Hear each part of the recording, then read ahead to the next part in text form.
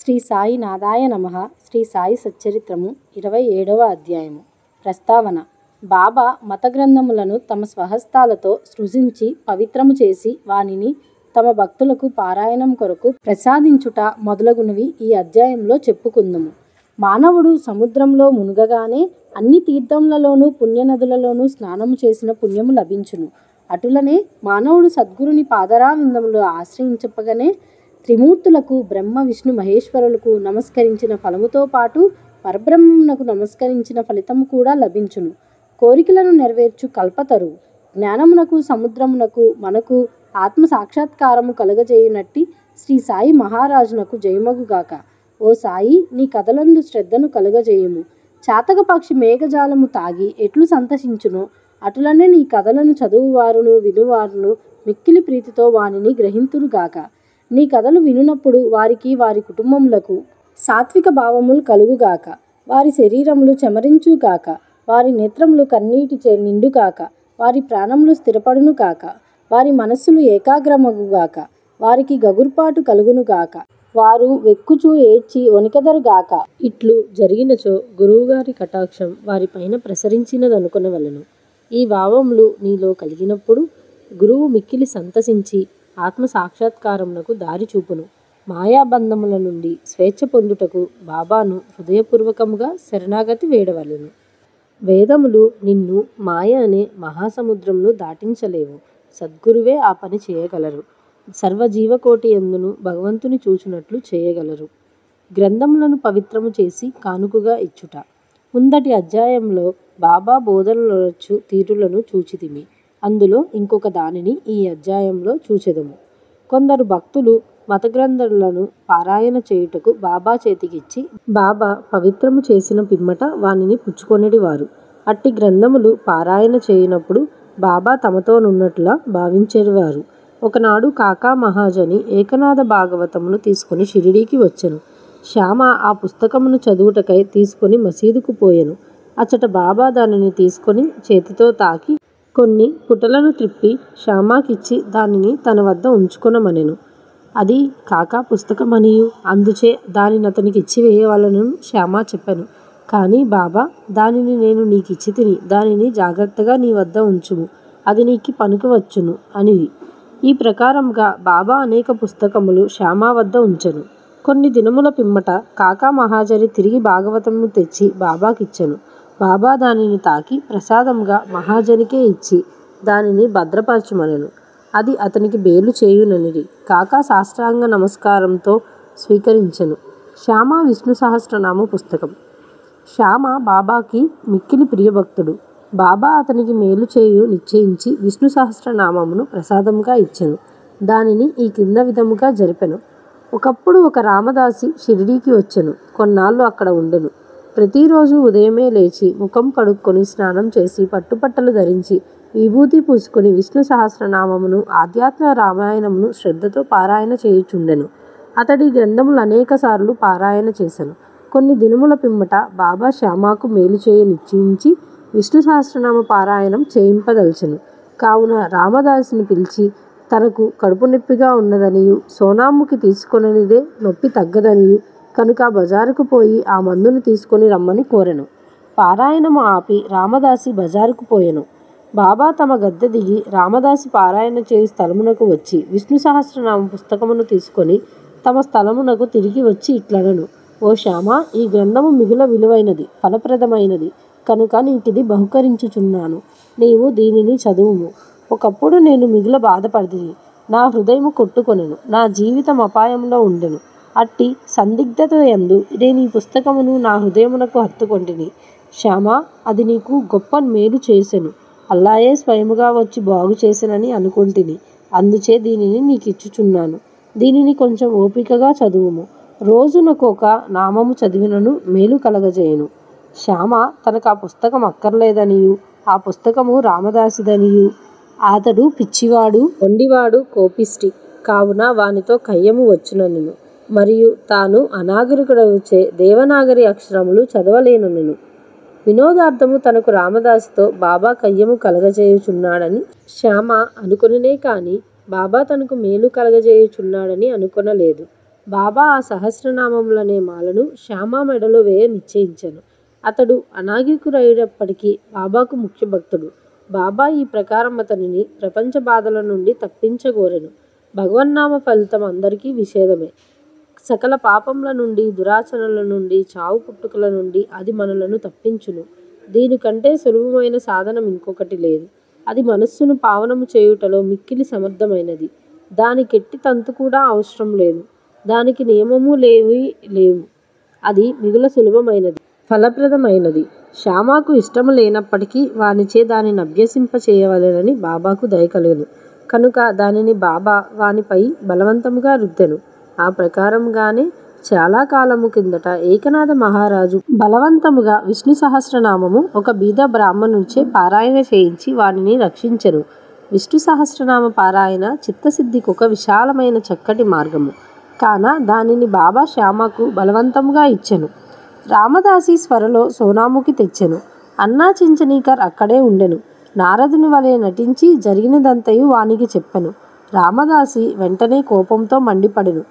కోపంతో శ్యామపై పడి శ్యామయే కడుపు నొప్పి సాకుతో బాబా తనను బజారునకు పంపునట్లు చేసి ఈ లోపల పుస్తకమును తీసుకొని అనెను. శ్యామను తిట్టనారంభించెను. పుస్తకము ఈయనచో తల పగలగొట్టలేను. శ్యామ నెమ్మదిగా జవాబిచ్చెను. కానీ ప్రయోజనము లేకుండెను. అప్పుడు దయతో బాబా రామదాసితో ఇట్లు పలికెను. రామదాసి, ఏమి సమాచారము? ఎందులకు చికాకు పడుతున్నావు? శ్యామ మనవాడు కాదా? అనవసరంగా వాని నేల తిట్టదవు. ఎందుకు జగడమాడుచున్నావు? నెమ్మదిగా ప్రేమతో మాట్లాడలేవా? ఈ పవిత్రమైన గ్రంథములను నిత్యము పారాయణ చేయుచుంటివి గాని ఇంకనూ నీ మనస్సు అపవిత్రముగాను ఆస్వాదీనముగాను ఉన్నట్లున్నది. నీ వెట్టి రామదాసివయ్య, సమస్త విషయములందు నీవు నిర్మలుగా ఉండవలెను. నీవా పుస్తకమును అంతగా నభిలషించుట వింతగా ఉన్నది. నిజమైన రామదాసికి మమత కాక సమత ఉండవలెను. ఒక పుస్తకము కొరకు శ్యామతో పోరాడుచున్నావా? వెళ్ళు, నీ స్థలములో కూర్చొనుము. ధనమిచ్చిన పుస్తకములనేకములు వచ్చును, కానీ మనుషులు రారు. బాగా ఆలోచించుము, తెలివిగా ప్రవర్తింపుము. నీ పుస్తకము విలువ ఎంత? శ్యామకు దానితో ఎట్టి సంబంధం లేదు. నేనే దానిని తీసుకుని వానికిచ్చి తిని. నీకది కంఠపాఠముగా వచ్చును కదా. కావున శ్యామ దానిని చదివి మేలు పొందుననుకొంటిని. అందుచే దానిని అతనికిచ్చి తిని. బాబా పలుకులెంత మధురముగా, మెత్తగా, కోమలముగా, అమృత తుల్యముగానున్నవి. వాని ప్రభావము విచిత్రమైనది. రామదాసి శాంతించెను. దానికి బదులు పంచరత్న గీతయను గ్రంథమును శ్యామ వద్ద తీసుకొనేదనను. శ్యామ మిక్కిలి సంతసించి ఒక్కటేలా 10 పుస్తకములు ఇచ్చేదనను. బాబా ఈ విధముగా వారి తగువును తీర్చెను. ఇందులో ఆలోచింపవలసిన విషయమేమనా?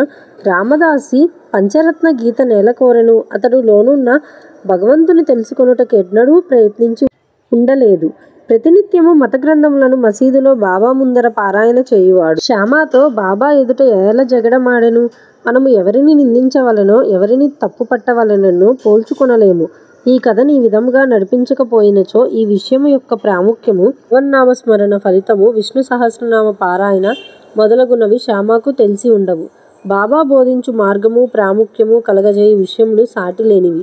ఈ గ్రంథమును క్రమముగా శ్యామ చదివి దానిలో గొప్ప ప్రావీణ్యము సంపాదించెను. శ్రీమాన్ బూటీ అల్లుడగు జీజీ నార్కేకు బోధించగలిగెను. ఈ నార్కే పూనా ఇంజనీరింగ్ కాలేజీ ప్రిన్సిపల్గా ఉండెను. గీతా రహస్యము. బ్రహ్మ విద్యను అధ్యాయము చేయువారికి బాబా ఎల్లప్పుడూ ప్రేమించువారు, ప్రోత్సహించువారు. ఇచ్చట దానికొక ఉదాహరణ ఇచ్చెదము. ఒకనాడు బాపు సాహెబ్ జోక్కు ఒక పార్సిల్ వచ్చెను. అందులో తిలక్ రాసిన గీతా రహస్యం ఉండెను. అతడు ఆ పార్సిల్ను తన చంకలో పెట్టుకొని మసీదుకు వచ్చెను. బాబాకు సాష్టాంగ నమస్కారము చేయునప్పుడు క్రింద పడెను. అదేమని బాబా అడిగెను. అక్కడనే దానిని విప్పి బాబా చేతిలో ఆ పుస్తకము ఉంచెను. బాబా కొన్ని నిమిషములు పుస్తకములోని పేజీలను తిప్పి తన జేబులో నుండి ₹1 తీసి పుస్తకంపై పెట్టి దక్షిణతో కూడా పుస్తకమును జోగునకందించును. దీనిని పూర్తిగా చదువమను, నీకు మేలు కలుగును అనిరి. కపార్డే దంపతులు.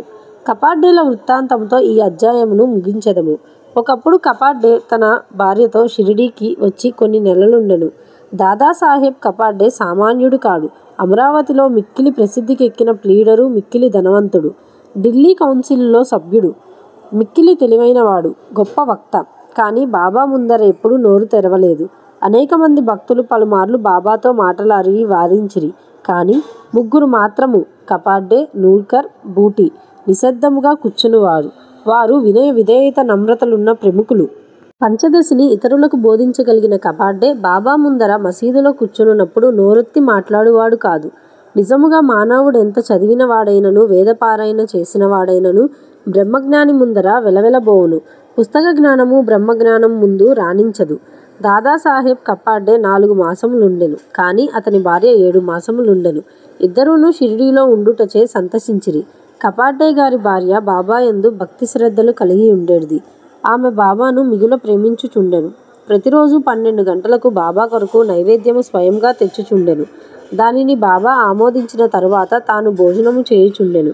ఆమె యొక్క నిలకడను, నిశ్చల భక్తిని బాబా ఇతరులకు బోధించనించెను.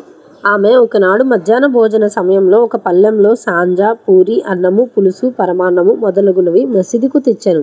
గంటల కొలది ఊరకనే ఉండు బాబా ఆనాడు వెంటనే లేచి భోజన స్థలంలో కూర్చుండి ఆమె తెచ్చిన పళ్ళెముపై ఆకు తీసి త్వరగా తిననారంభించెను. శ్యామ ఇట్లడిగెను, ఎందుకీ పక్షపాతము? ఇతరుల పళ్ళెంలో నెట్టివేచెదవు, వాని వైపు చూడనైనా చూడవు, కాని దీనిని నీ దగ్గర కీడ్చుకొని తినుచున్నావు. ఈమె తెచ్చిన భోజనం ఎందుకంత రుచికరము? ఇది మాకు సమస్యగా ఉన్నది. బాబా ఇట్లు బోధించెను. ఈ భోజనము యథార్థముగా మిక్కిలి అమూల్యమైనది. గత జన్మలో ఈమె ఒక వర్తకుని ఆవు. అది బాగా పాలిచ్చుచుండెను. అచటి నుంచి నిష్క్రమించి ఒక తోటమాలి ఇంటిలో జన్మించెను. తదుపరి ఒక క్షత్రియుని ఇంటిలో జన్మించి ఒక వర్తకుని వివాహమాడెను. తరువాత ఒక బ్రాహ్మణుని కుటుంబంలో జన్మించెను. చాలా కాంబలము పిమ్మట ఆమెను నేను చూచి తిని, కావున ఆమె పళ్ళము నుండి ఇంకనూ కొన్ని ప్రేమయేతమగు ముద్దలను తీసుకొననిండు. ఇట్లనుచు బాబా ఆమె పళ్ళెము ఖాళీ చేసెను.